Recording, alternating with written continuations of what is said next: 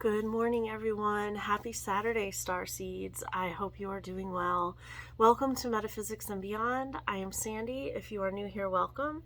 If you are returning, thank you for coming back. I appreciate you all so very much.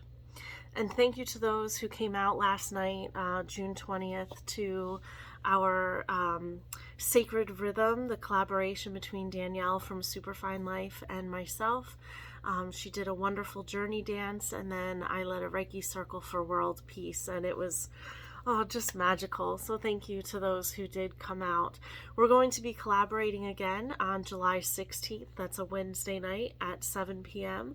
It is free for all to attend. And I hope to see you there. All right, let's dive right in. We're going to start with the Starseed Oracle by Rebecca Campbell, artwork by Danielle Noel. I've already shuffled the decks. I'm just going to cut them into threes and then pull from the top.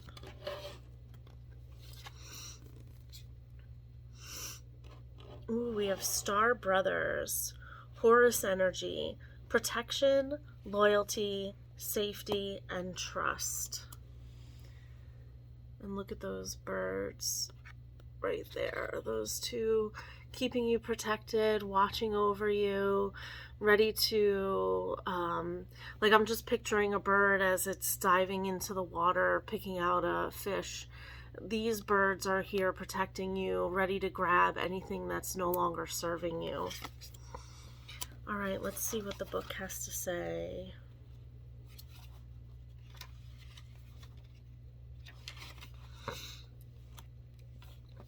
You're more protected than you can imagine. It's safe to open the back of your heart. You are being called to be open to receiving a new level of support now from those in your life and from the benevolent beings you're connected with.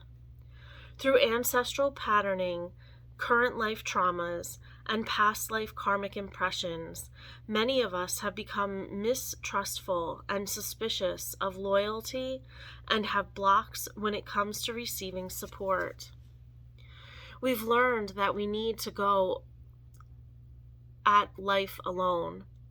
It's not safe to let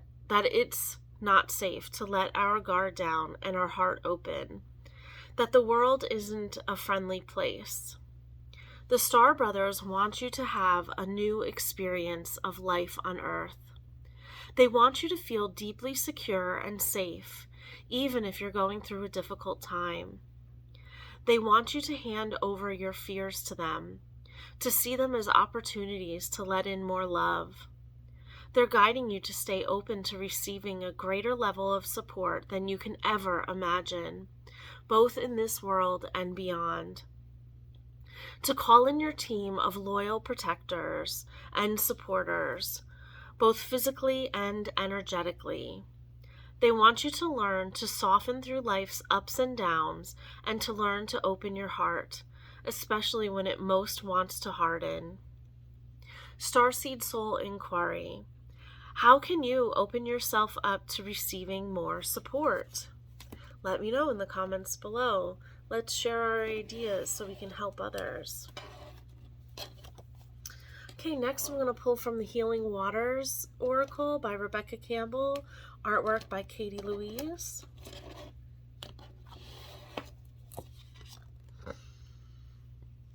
Ooh, and look at this. We have the pink dolphin. And look, there's two dolphins on each side, very symmetrical, just like this card. So you may be very balanced in your energy right now. This is for celebration, fun, unbridled joy, open heart. So more about opening your heart. And look at the rainbow that's down here, the beautiful colors.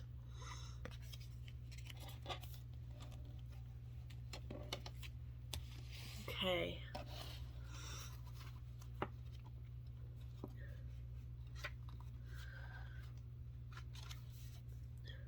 The Amazon River dolphin, also known as the pink dolphin because of its unique pinkish color, is an endangered marine mammal that lives in the fresh waters of the Amazon and Orinoco River basins in South America. Deeply revered, it's the subject of many local myths and legends. In one, it's said that if you go swimming alone, the pink dolphins may transport you to the magical underwater city of Encanté. To be near dolphins is to experience a whole new level of play and joy. This is a card of welcoming more joy into your life. And if you attended last night's Sacred Rhythm, Danielle helped us through dance and our journey dance to bring in more joy into our life, and it certainly does. To opening your heart and mind to new experiences and prioritizing happiness and fun. To prioritizing play and taking time off from the monotony of our everyday lives. To play like a child without being attached to the outcome. How can you welcome more joy into your life? Put that in the comments below too. Give people some ideas. What can you do just for fun? What do you want to celebrate? Oh yeah, what are you celebrating too? Put that in the comments below. This card is a wonderful one to receive and is always an invitation to stop being so serious, to play, and to have more fun. When we play, we are able to release the pressures and stress that we're carrying and switch off. Often, when we do this, the two hemispheres of the brain can make connections and solutions that we previously couldn't see come flowing in. Soul inquiry: how can you welcome more joy into your life? Great question. All right, now we have the Rose Pocket Oracle by Rebecca Campbell, artwork by Katie Louise.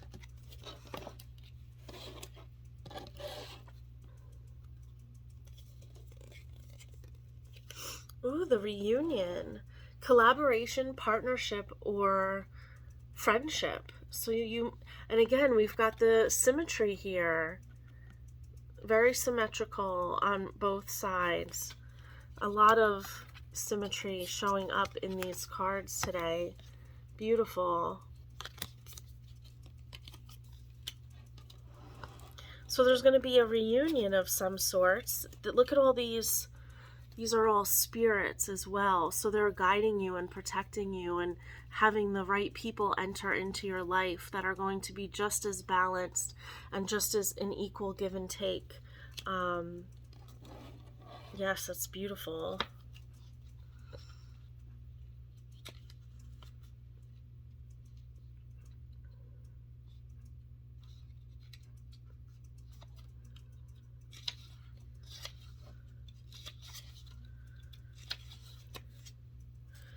This current period in history has been spoken of by mystics through the ages, and you chose to incarnate right in the middle of it. You didn't do so alone. We came here in waves and with joint soul missions. You were never meant to walk this life alone. It's time to come back together, to remember that we're not in competition. Rather, we hold keys for each other. This is the way of the rose, the bloom bravely regardless of what others are doing, and not be threatened when others do this alongside you. The rose doesn't open and close according to who's walking by. She reveals her beauty to the world without waver. You are here to do that too. There are people who at a soul level chose to walk alongside you. But for them to find you, you must first let them see you. Reveal yourself to the world. Open your heart and mind to collaboration rather than competition.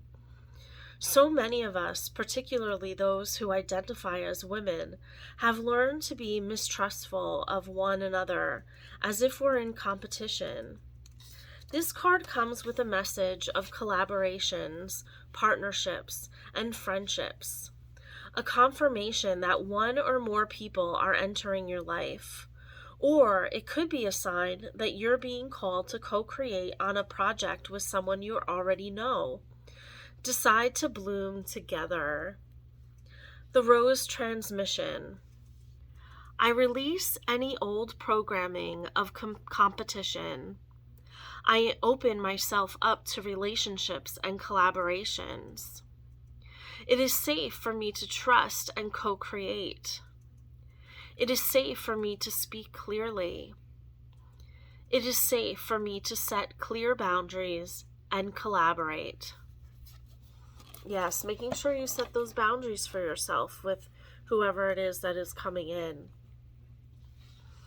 Okay, beautiful. Opening up that heart, learning to trust, and a partnership is going to come in. That's wonderful. Okay, now we're going to do some bibliomancy with Letters to a Starseed by Rebecca Campbell.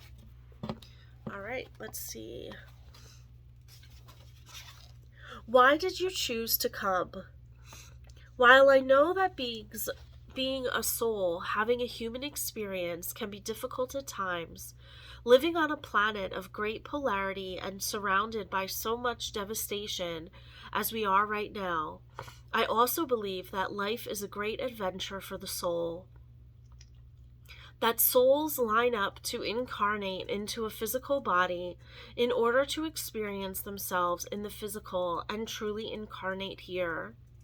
That prior to incarnating, your soul had a dream, and your life, this life, is a direct manifestation of that dream. I personally believe that I came to Earth for both a personal and a collective soul mission. As I mentioned in the chapter Soul Mission on page 54. So if you have this book, you can go back and reread that.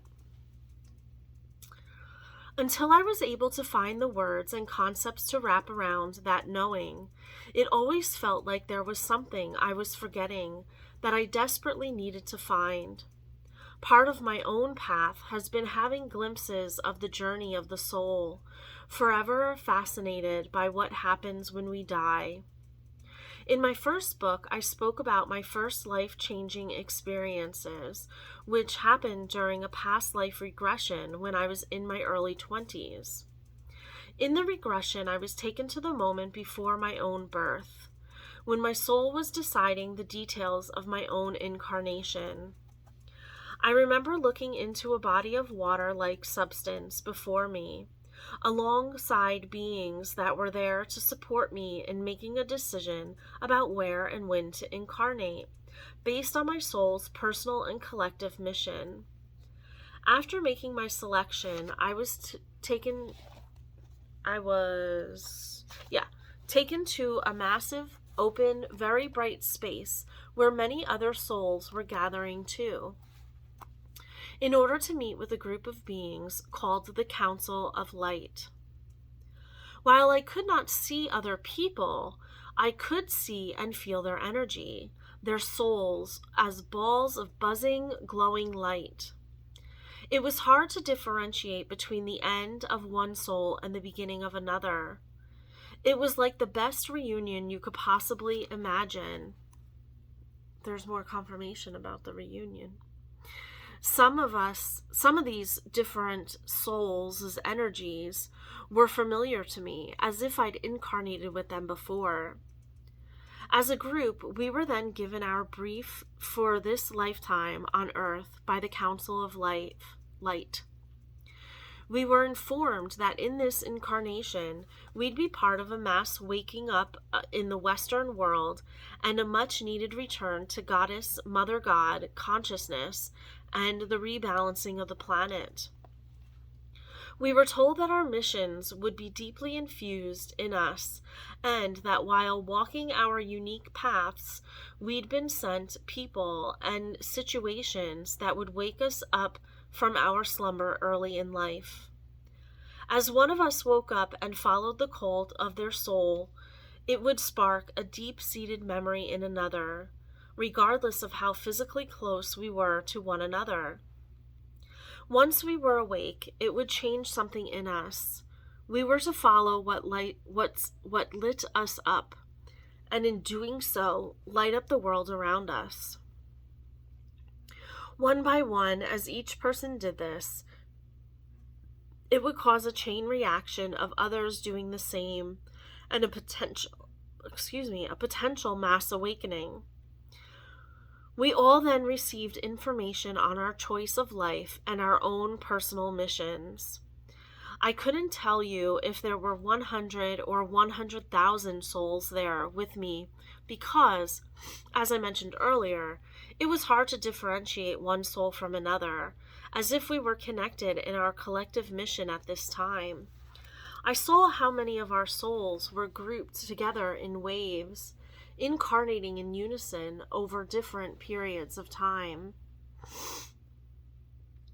Since writing about this soul experience and memory, I've received hundreds and hundreds of letters and emails from people saying that they were there too. Some remembered this experience through reading my recollection, while others had already remembered it through their own exploration. Maybe you were there too, or perhaps you're here with a different collective mission. Regardless, I do believe that there's a reason you chose to come to be here now. Soul inquiry. Why did your soul choose to come at this time? Do you know? If so, put it in the comments below. It's 16:16 on the clock. All right, everyone, I hope that this helped, brought some clarity, and if nothing else, some entertainment. This is general, so take what resonates and leave the rest. All right, I hope you have a wonderful weekend. Stay safe and stay well. And until next time, bye-bye for now.